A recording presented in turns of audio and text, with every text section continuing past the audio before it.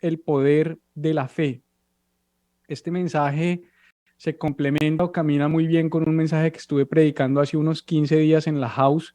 Se tituló Tu superpoder. Son dos mensajes distintos, pero se complementan muy bien y me gustaría invitarte a que al final de este mensaje te des la pasada por el canal de YouTube de la house o el nuestro también y busques ese mensaje que se llama Tu superpoder. Hoy se titula El poder de la fe y por supuesto, ¿qué voy a estar hablando? Voy a estar hablando acerca de la fe, pero específicamente del papel que la fe juega en nuestras vidas y más importante aún en nuestro caminar con Dios. Debo empezar por definir la fe, un pasaje que probablemente muchos de ustedes conocen en el libro de Hebreos capítulo 11, versículo 1 dice, es pues la fe, la certeza de lo que se espera, la convicción de lo que no se ve. El autor de los Hebreos nos define la fe como una certeza de algo que se espera, o en otras palabras, una esperanza certera, una esperanza certera. Eso quiere decir que la esperanza es muy importante porque la esperanza viene a ser un ingrediente fundamental en la fe.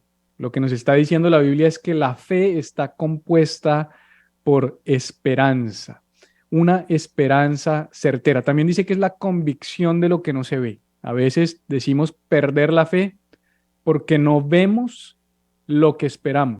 No sé si a ti te pasa, pero a mí en ocasiones me sucede que el no ver los resultados deseados me desanima. No dejes que el desánimo, que es natural, te robe la esperanza y por ende la fe. El libro de Proverbios, capítulo 13, versículo 12 dice, la esperanza que se demora es tormento del corazón. ¿Alguien se siente identificado con ese pasaje? Cuando algo que esperas se demora, te atormenta el corazón. No dejes que las promesas que se demoran o lo que esperas que se demora te robe la fe. Debes seguir creyendo y debes seguir esperando.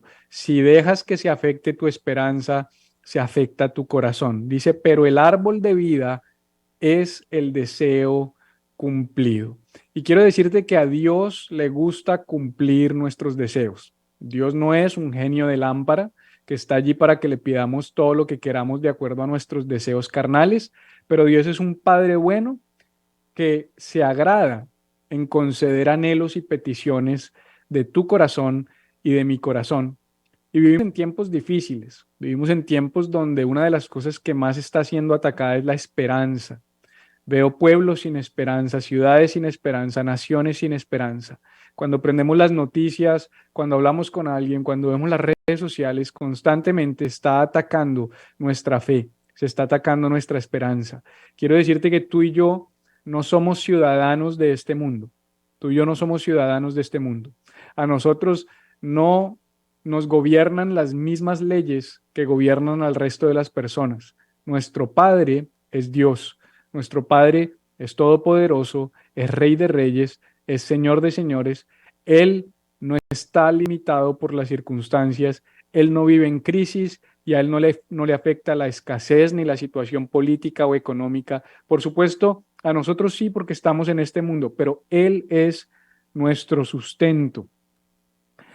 Y por eso quiero desarrollar este tema hablando de la importancia de la fe. No sé si sabes, pero la fe es una puerta a las bendiciones.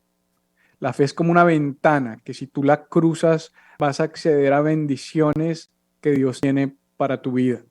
Yo no sé a cuántos les gustan las bendiciones, a mí sin duda me gustan las bendiciones, pero me he dado cuenta que en ocasiones no vivir con fe hace que no disfrute de las bendiciones que Dios tiene para mí. Las cosas que Dios tiene para mí, las cosas que Dios tiene para nosotros, no se van a dar por arte de magia. No quiere decir que porque Dios prometió las cosas van a cumplirse. Dios sí es soberano, pero nosotros tenemos voluntad. Y parte de nuestra vida o de nuestra responsabilidad consiste en cooperar con Dios para que los planes que Él tiene para nosotros se cumplan. Y eso sucede cuando tú y yo nos alineamos con el corazón de Dios por medio de la fe. ¿Y qué es la fe? Ya lo dije, la esperanza de algo que va a suceder, la certeza de que algo que yo espero se va a cumplir. De hecho, más adelante en el libro de Hebreos, ahí mismo donde leímos en el capítulo 11, versículo 6, el autor de los Hebreos dice que sin fe es imposible agradar a Dios. Dile a quien tienes al lado, oye, no puedes agradar a Dios sin fe. No es posible agradar a Dios sin fe. El autor de los Hebreos es categórico. Él dice, es imposible agradar a Dios sin fe. Y dice, ¿por qué? Porque es necesario que el que se acerca a Dios crea que le hay, pero esto es muy importante, no solamente que crea en la existencia de Dios, sino que es galardonador. Otra versión dice recompensador de los que le buscan. No podemos agradar a Dios si no tenemos fe, y no podemos agradar a Dios si no creemos que Él es un Dios que quiere recompensarnos. Yo creo que trabajar o hacer las cosas por una recompensa está mal, pero Dios dice o la Biblia dice que es un requisito acercarnos a Dios esperando una recompensa. O sea, el objetivo no es la recompensa, el objetivo máximo no es la recompensa, sino acercarnos a Dios, pero debemos hacerlo con una conciencia y una convicción de que al acercarnos a Él, al estar cerca a Él, Él va a recompensar, Él va a galardonar nuestras vidas.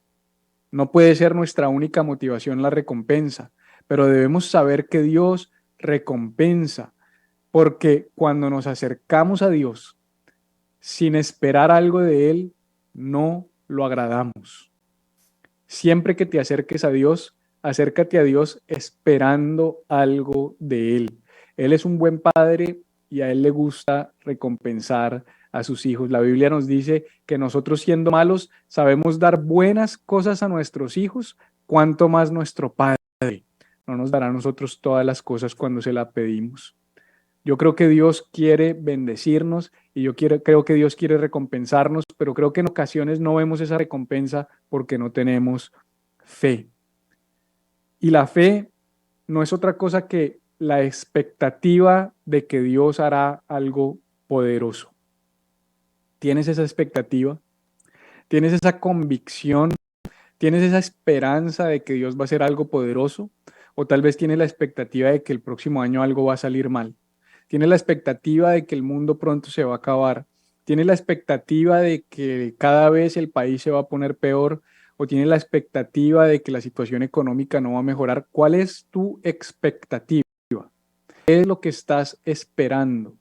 La esperanza no es otra cosa que una expectativa de cosas buenas.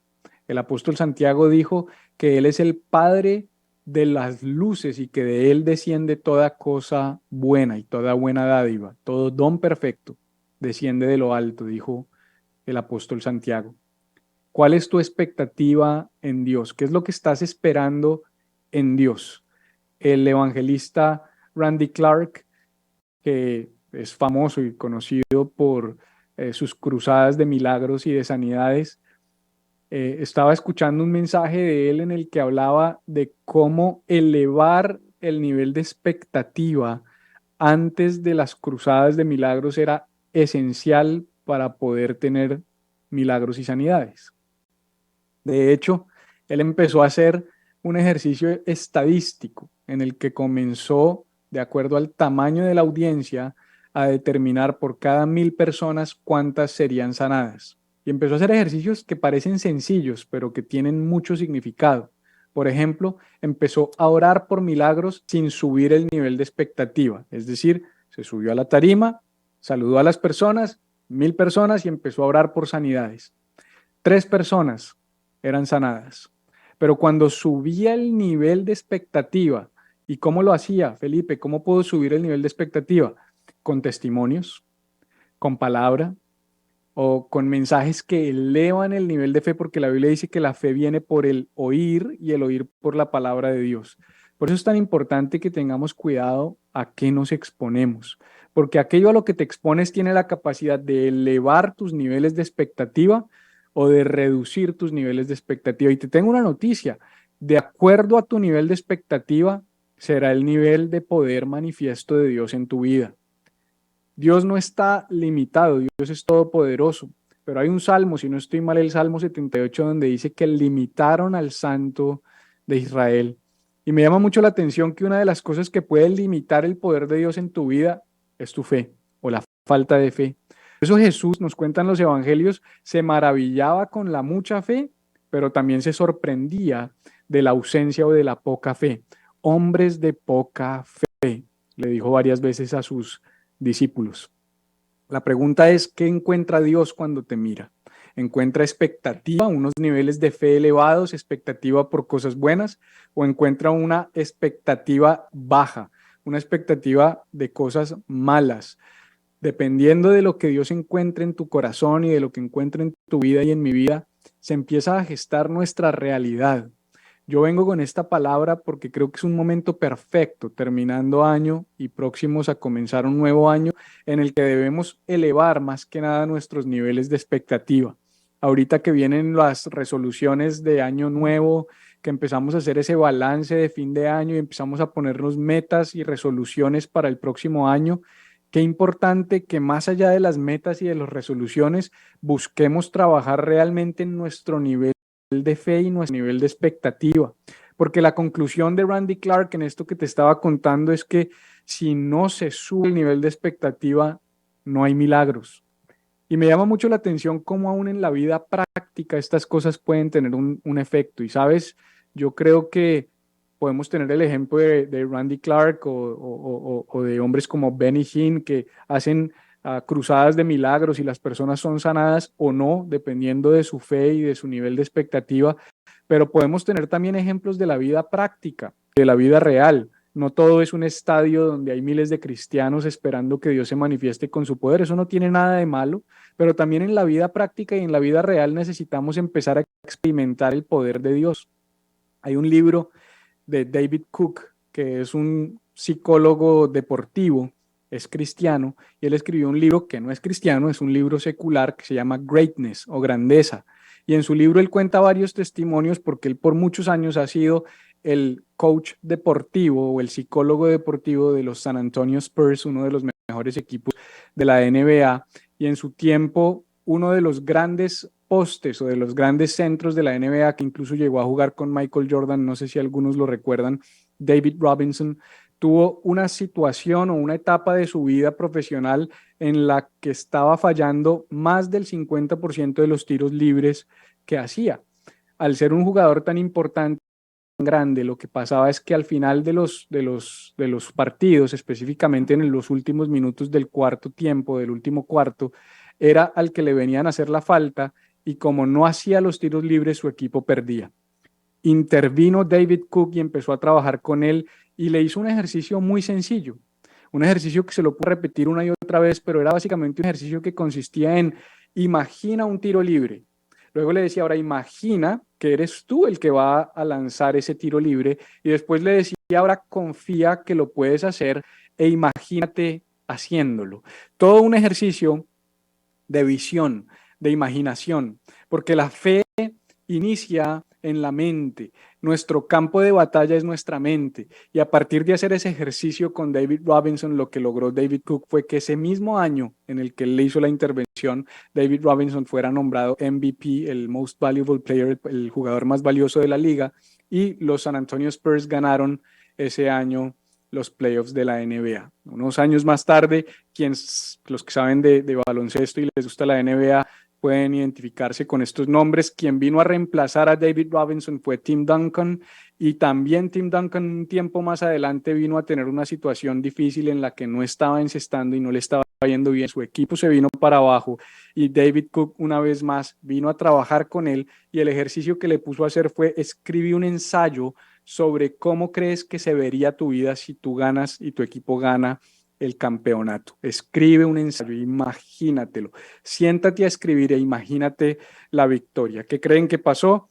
MVP ese año para Tim Duncan y los Spurs nuevamente ganan el campeonato. Es muy bonito el libro, Greatness, te invito a que lo busques, es un libro blanco y al final del libro, el libro viene sellado, en la última parte del libro, no lo tengo acá, pero el libro en su última parte viene con un sello y dice, las últimas páginas las he reservado solamente para los que de verdad quieran transformar su vida, después de contar historias y testimonios de cómo ha elevado los niveles de expectativa en la vida de las personas.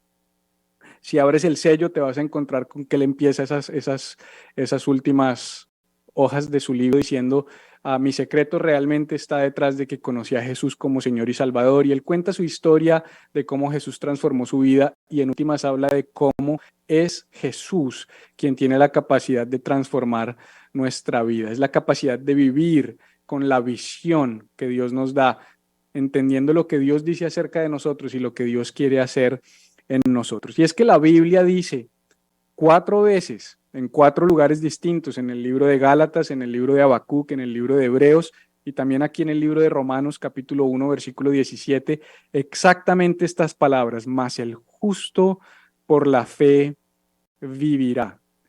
Estas palabras son muy poderosas. Lo que está diciendo la Biblia es que los justos, tú y yo somos justos.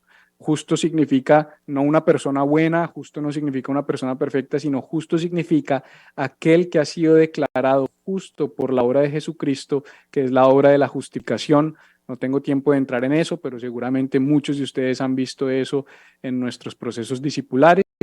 Hemos sido justificados por la fe en Jesucristo, dice el libro de Romanos, dice el apóstol Pablo, el justo, o sea, tú y yo, por la fe viviremos. Y esa palabra fe podría reemplazarse por la visión, el justo por la visión vivirá.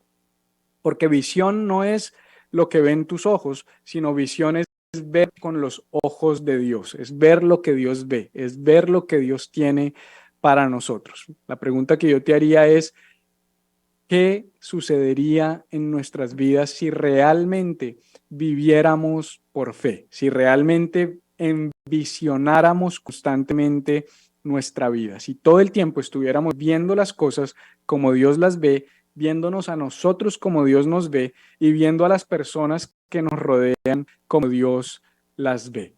¿Cómo sería la vida si vieras a tu esposo como Dios lo ve? ¿Cómo sería la vida si vieras a tus hijos como Dios los ve? No como tú los ves, no como las circunstancias los presentan, no de acuerdo a ese diagnóstico, no de acuerdo a ese reporte, no de acuerdo a esa realidad, porque la fe requiere ver más allá de lo que ven nuestros ojos naturales. De hecho, hay un pasaje que me gusta mucho, ustedes probablemente se lo saben de memoria, 2 Corintios 5:17 dice que si alguno está en Cristo, nueva criatura es, las cosas viejas pasaron y todas son hechas nuevas. Pero mira lo que dice el 16 que casi nunca lo leemos. Dice, de manera que nosotros de aquí en adelante, esto es el apóstol Pablo está diciendo, de aquí en adelante a nadie conocemos según la carne. Oye, qué importante que nosotros como iglesia viva y como familias dejáramos de conocernos los unos a los otros según la carne. No, es que este es un fracasado, este es un mentiroso, este es un adúltero, este es un perdedor, este nada le sale bien. Eso es vernos según la carne. A mí me llama la atención cuando nosotros tenemos invitaciones a profetas o hombres de Dios que vienen a hablar sobre nuestras vidas, como por ejemplo el profeta Gustavo Riveros, que estuvo invitado en días pasados a compartir un rato con ustedes, y él de repente da una palabra sobre alguien y lo que él está profetizando, profetizar no es otra cosa, es hablar lo que Dios ve. Profecía no es adivinación, profecía no es pronosticar el futuro, profecía no es suponer lo que va a suceder, profecía es hablar lo que Dios ve. Eso es lo que habla un profeta, hablar lo que Dios ve. Y de repente Dios habla algo sobre tu vida o sobre la vida de alguien y tú dices, este profeta no sabe ni de quién está hablando. Y a veces la profecía no cuadra con la realidad y la desechamos. Pero Pablo está diciendo, no deseches lo que Dios dice, porque de aquí en adelante a nadie conocemos según la carne.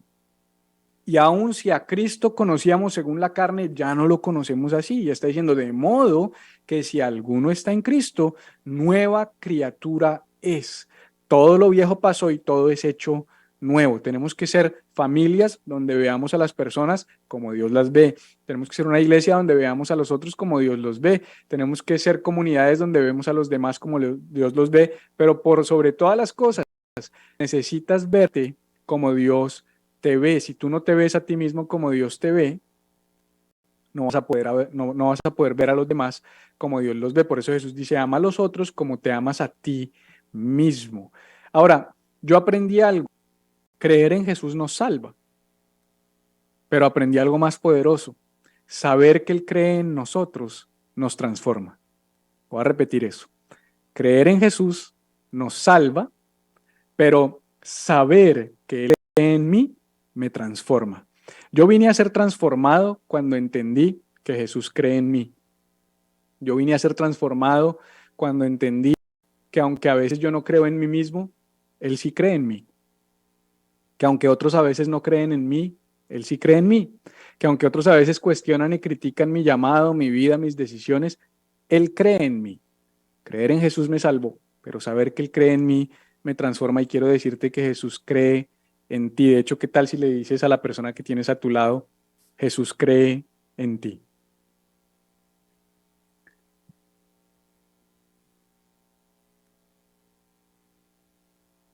Yo creo que tú y yo tenemos que abrazar nuestra identidad divina. O te lo voy a decir de otra manera. Si quieres cumplir tu asignación divina, tienes que abrazar tu identidad divina. No vas a poder cumplir con el propósito de Dios para tu vida si no abrazas lo que Dios dice de ti. Y a lo mejor estoy predicando para mí. Espero que este mensaje sea relevante para algunos de ustedes, pero sin duda lo es para mí, porque más que nunca en este tiempo he estado lidiando con sentimientos de incapacidad, de ser inadecuado, de no tener con qué, de ya estoy viejo. Otros dirán, estoy muy joven. Otros dirán, no tengo fuerzas. Algunos dirán, no tengo el conocimiento. Hay un montón de excusas que se levantan en nuestra mente. De hecho, las vimos cuando Dios llamó a Moisés. Excusas. No puedo hablar, soy tartamudo, no tengo lo suficiente, no sé tanto como tal persona, no lo voy a lograr. Josué también estuvo lleno de excusas cuando fue llamado a seguir con el ministerio de Moisés. Y yo en este tiempo he estado luchando con muchos de esos sentimientos. He estado luchando con mi fe. En últimas es una lucha de fe. Pero es una lucha de fe no tanto en Dios, porque yo creo en Dios, sino es una lucha de fe en mí mismo. Es una lucha de fe en lo que Dios dice acerca de mí. Por eso te dije que creer en Jesús me salva y yo soy salvo. Yo sé que pase lo que pase, yo me salvé, estoy salvo. Yo sé para dónde voy si me muero. Pero sigo vivo, no se trata solamente de mi salvación, se trata de mi vida en la tierra. Pero entender que Él cree en mí me ha transformado. Y en este tiempo sí que he sido transformado con esa idea. Hay un libro que es maravilloso, es un libro que te invito a leer si tienes la posibilidad de hacerlo, y es el libro del profeta Nehemías. Cuando lees tu Biblia, Nehemías es uno de los libros proféticos. Te vas a encontrar con dos libros maravillosos. Uno es el libro de Nehemías y el otro es el libro de Esdras. No sé si lo sabes, pero el pueblo de Israel había sido llevado en cautividad por Babilonia, y en el tiempo en el que fue llevado en cautividad por Babilonia, el templo fue destruido, las murallas de Israel fueron destruidas y ellos fueron llevados como esclavos, y posteriormente, cuando ellos pudieron empezar a reconstruir nuevamente, aparecen Esdras y Nehemías, y básicamente el libro de Esdras habla de la reconstrucción del templo y el libro de Nehemías habla de la reconstrucción de las murallas. Son dos momentos diferentes relacionados con la misma realidad y con el mismo pueblo. Y esto no es de lo que voy a predicar hoy, pero esto es muy importante porque en ocasiones cuando nosotros conocemos a Dios, cuando conocemos a Jesús, lo primero que sucede es Esdras, es decir, lo primero que sucede es que se reconstruye el templo. El templo es figura de mi relación con Dios, porque la Biblia dice ya Dios no habita en templos hechos por manos de hombres, sino que habita en nuestros corazones, en nuestros cuerpos, somos templo del Espíritu Santo. Entonces, lo primero que sucede cuando conocemos a Jesús es que se reconstruye nuestra relación con Dios, se reconstruye el templo, y ese es el libro de Esdras, tiene que ver con la reconstrucción del templo, la reconstrucción de la relación con Dios. Pero el libro de Nehemías habla de algo muy importante y es de la reconstrucción de las murallas. Sabes que hay cristianos, y vuelvo y digo, este no es el tema de hoy, esto es un bonus, pero me parece importante compartírselos. Hay cristianos que reconstruyeron el templo, pero no han reconstruido las murallas. Y las murallas hablan de protección, las murallas hablan de límites, las murallas hablan de a quién dejamos entrar y a quién no dejamos entrar. Es necesario que trabajes no solamente en la reconstrucción del templo, que es tu relación con Dios, eso es esencial, es fundamental, pero es importante que trabajes en las murallas, porque de nada te sirve una relación con Dios si no tienes límites saludables con lo que hay allá afuera. Así que bueno, eso era una ñapa. Ahora, cuando leemos el libro de Nehemías, es interesante entender que las murallas llevaban 97 años derribadas, casi 100 años, es lo que llevaban esas murallas derribadas, y Nehemías las reconstruyó en 52 días. Nehemías hizo en 52 días porque escuchó la voz de Dios y obedeció la palabra de Dios, lo que todo un pueblo no había podido hacer en 97 años. Y el éxito de Nehemías, cuando él reconstruye las murallas en 52 días, le produjo o trajo como consecuencia enemigos. No sé si sabes, pero cuando estés caminando en lo que Dios te llamó a caminar, cuando estés cumpliendo la voluntad de Dios para tu vida, se van a levantar enemigos, se va a levantar oposición. Y no estoy hablando de personas de carne y hueso, aunque muchas veces se manifiesta a través de personas de carne y hueso. Acuérdate que la Biblia dice que nuestra lucha no es contra carne ni sangre en el libro de los Efesios, sino contra principados, potestades, huestes espirituales de maldad en las regiones celestiales. La prédica que di en la house hace unos 15 días, que se llama Tu superpoder, habla de eso, de nuestra lucha contra principados, potestades y huestes espirituales de maldad.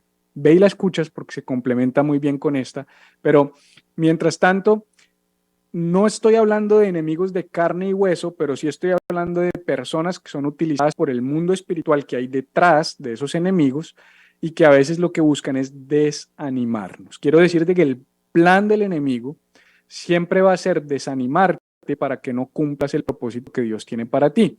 Nehemías reconstruye las murallas en 52 días y solo le faltaba una parte, las puertas. Las puertas son importantes y este tampoco es el mensaje de hoy, pero las puertas son importantes porque cuando levantas murallas no puedes levantar murallas sin puertas, porque las puertas ¿qué hacen? Dejan entrar y dejan salir. Entonces, tú necesitas levantar murallas en tu vida, pero tienes que tener puertas porque hay personas a las que tienes que dejar entrar y hay otras que tienes que dejar salir. Nehemías no había terminado las puertas y mira lo que pasa a continuación. Voy a leer bastante, yo no sé si les están proyectando en la pantalla, pero voy a leer bastante y necesito que te concentres conmigo porque voy a hacer énfasis en algunas cosas y entramos en la recta final del mensaje. Esto es Nehemías capítulo 6. Vamos a leer versículos 1 al 16. 16 versículos de la Biblia.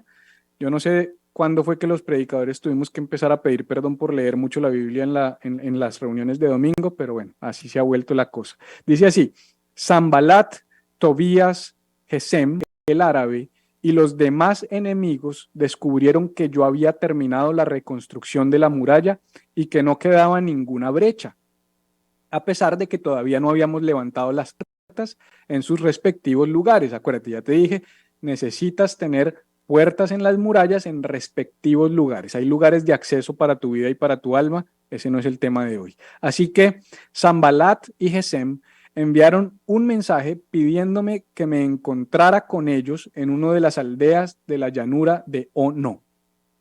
Entonces mira esto. A Nehemías le llegó un mensaje de sus enemigos. Los enemigos querían distraerlo y desenfocarlo en un valle, lo querían llevar al valle de Ono, ¿ok? Entonces dice así: pero me di cuenta de que ellos tramaban hacerme daño. Discernimiento. Muy importante el discernimiento. Todo empieza con discernimiento. De modo que les respondí con el siguiente mensaje: estoy ocupado en una gran tarea, así que no puedo ir. Ok, vamos a hacer un ejercicio. Vamos a empezar a activar nuestra fe. Cuando venga el enemigo con mensajes de distracción, cuando venga el enemigo y te diga, tú no sirves para nada, Dios no tiene nada contigo, tú no vas a lograr nada. Cuando el enemigo venga y te diga, ven y hablemos sobre esos planes que tienes, ven y hablemos sobre esos proyectos que tienes, ven y hablemos sobre esa promesa que te dieron, ven y hablamos sobre esa profecía que recibiste, ¿Qué le vas a decir? Le vas a decir lo siguiente. Todos en voz alta, por favor. Vamos a decirlo al mismo tiempo. Voy a decirlo yo primero y después ustedes. Estoy ocupado en una gran tarea,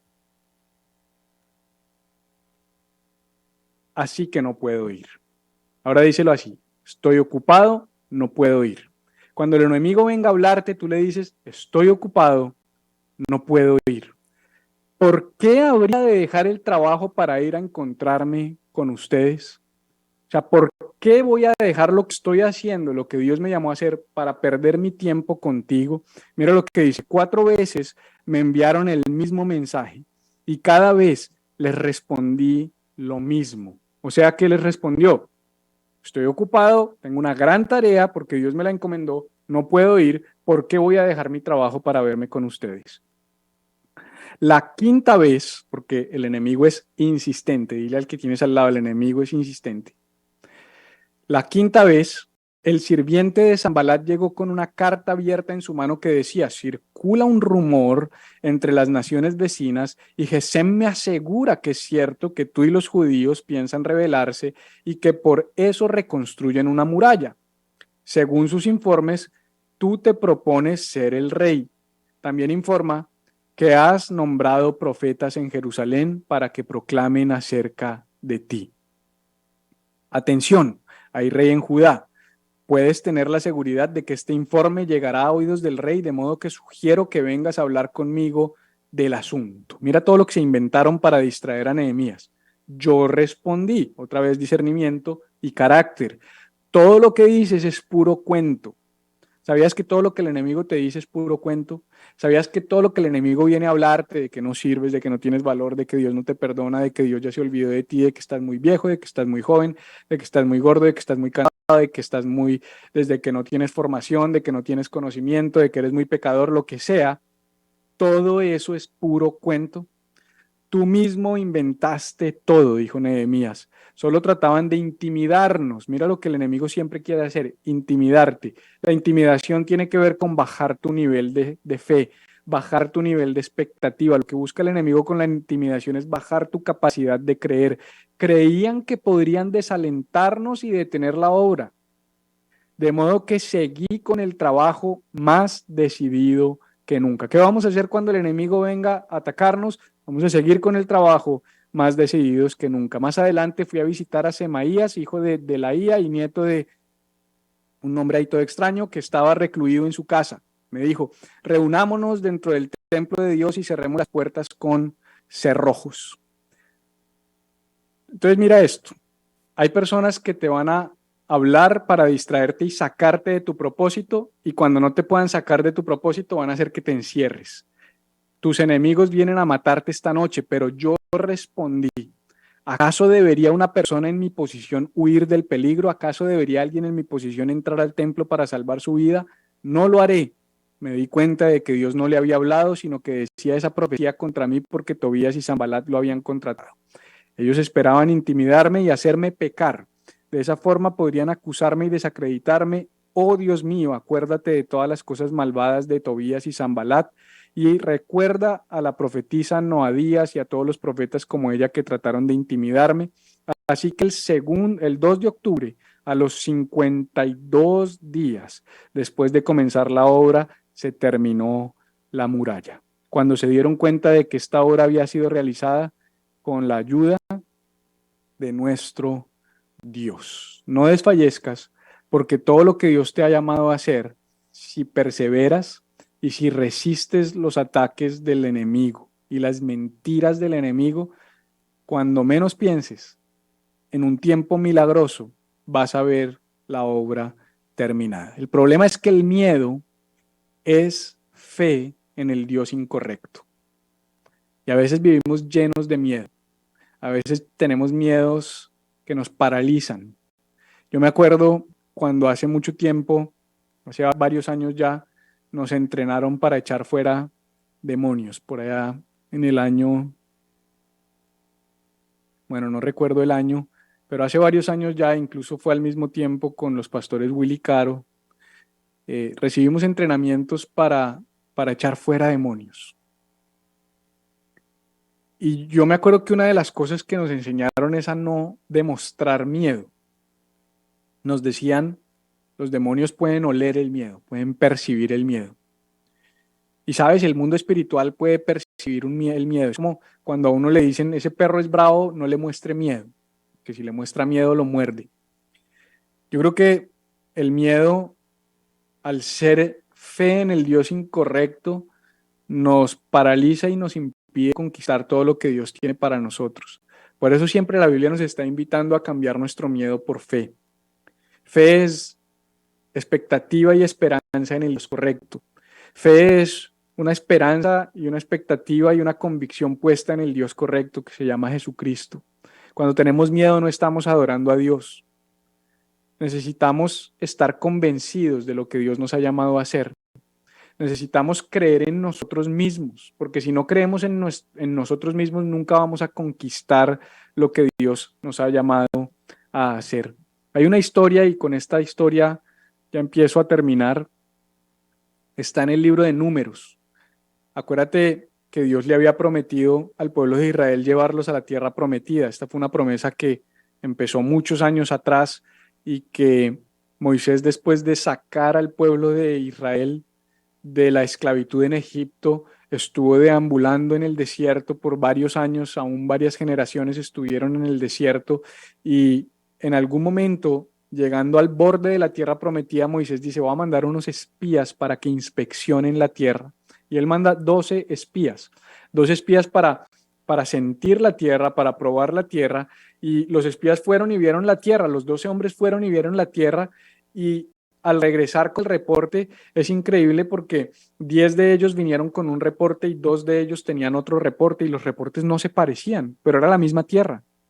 Y yo no sé, a mí me pasa a veces que la misma realidad, la misma situación, las mismas experiencias son decodificadas internamente de maneras distintas, por ejemplo, por mí o por mi esposa Catalina.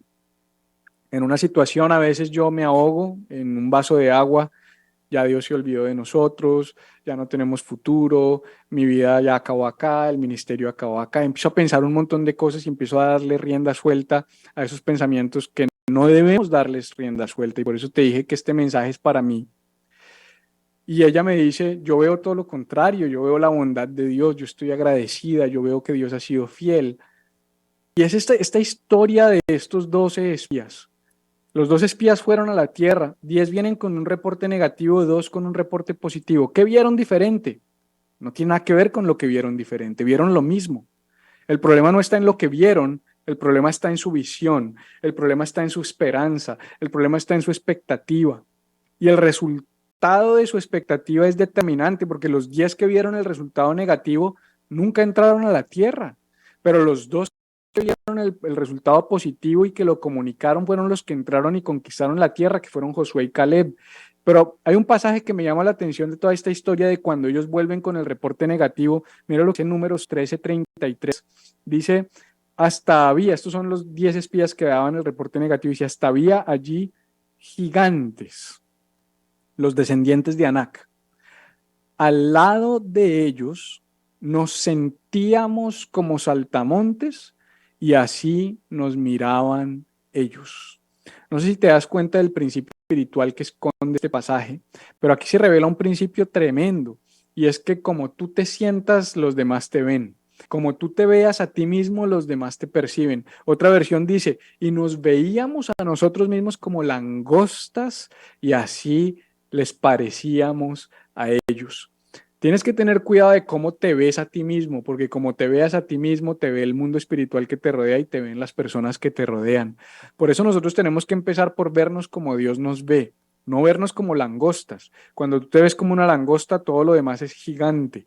Y es interesante porque Josué y Caleb vienen y dicen lo siguiente. Mira lo que dicen Josué y Caleb unos versículos más adelante, el 14-19. Dice, no se rebelen contra el Señor. En otras palabras, para ellos ese reporte negativo es rebelión contra Dios, porque si tú haces muy grandes tus enemigos y los ves gigantes, estás haciendo pequeño a tu Dios. Y eso es rebeldía. Dice, no se rebelen contra el Señor y no teman al pueblo de esta tierra. Para nosotros son como presa indefensa. O sea, ¿Qué reporte tan distinto? Están hablando de la misma situación. Unos dicen, son gigantes y nosotros langostas. Y estos están diciendo, ellos son como presa indefensa. Ellos no tienen protección, pero el Señor está con nosotros. No les tengan miedo. No sé si sabes, pero solamente como anécdota, el primer gigante, después de que el pueblo de Israel entró y conquistó la tierra, apareció 300 años después. O sea, según los 10 que nunca entraron a la tierra, esa tierra estaba llena de gigantes. Eso fue lo que dijeron. Pero el primer gigante que viene a aparecer en las escrituras después de la conquista de la tierra es 300 años después. Es decir, ninguno de ellos vio gigantes. 300 años después apareció un gigante y lo mató un niño de 15 años con una piedra.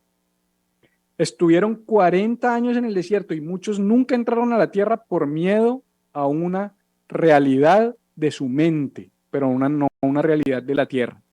Por eso te regalo esta frase: ten cuidado con los gigantes mentales que impiden que conquistes lo que Dios tiene para ti.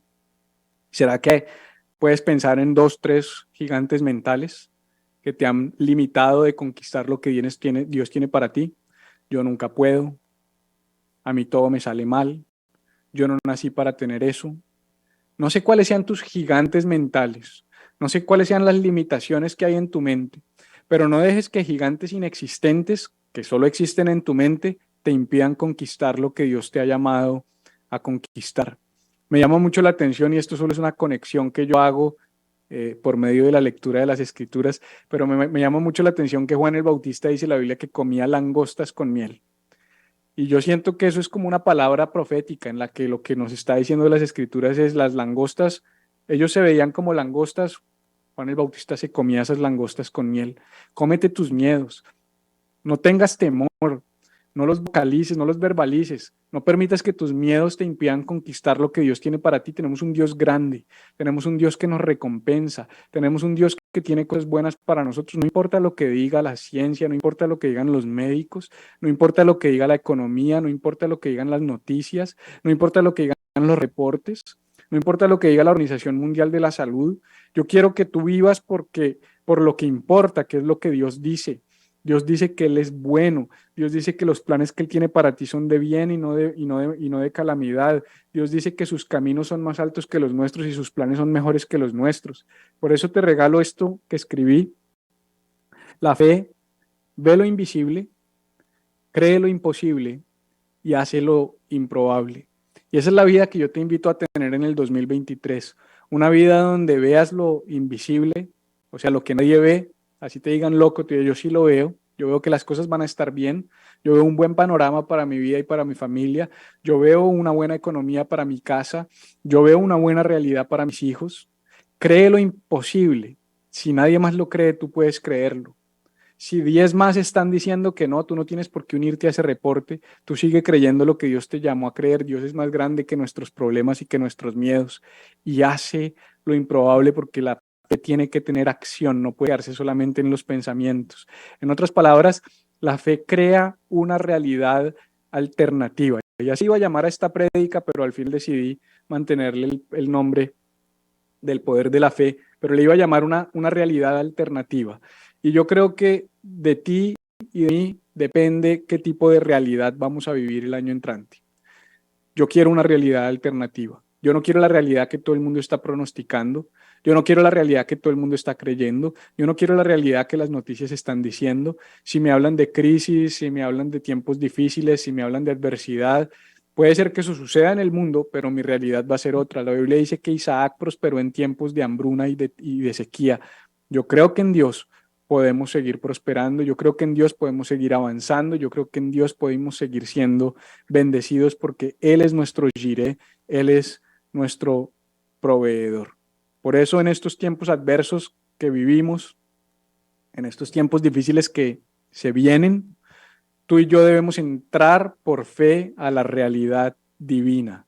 Debemos entrar a esa nueva dimensión divina, esa realidad alternativa, y es una realidad donde lo quebrado se repara, donde lo enfermo se sana y donde lo arruinado prospera.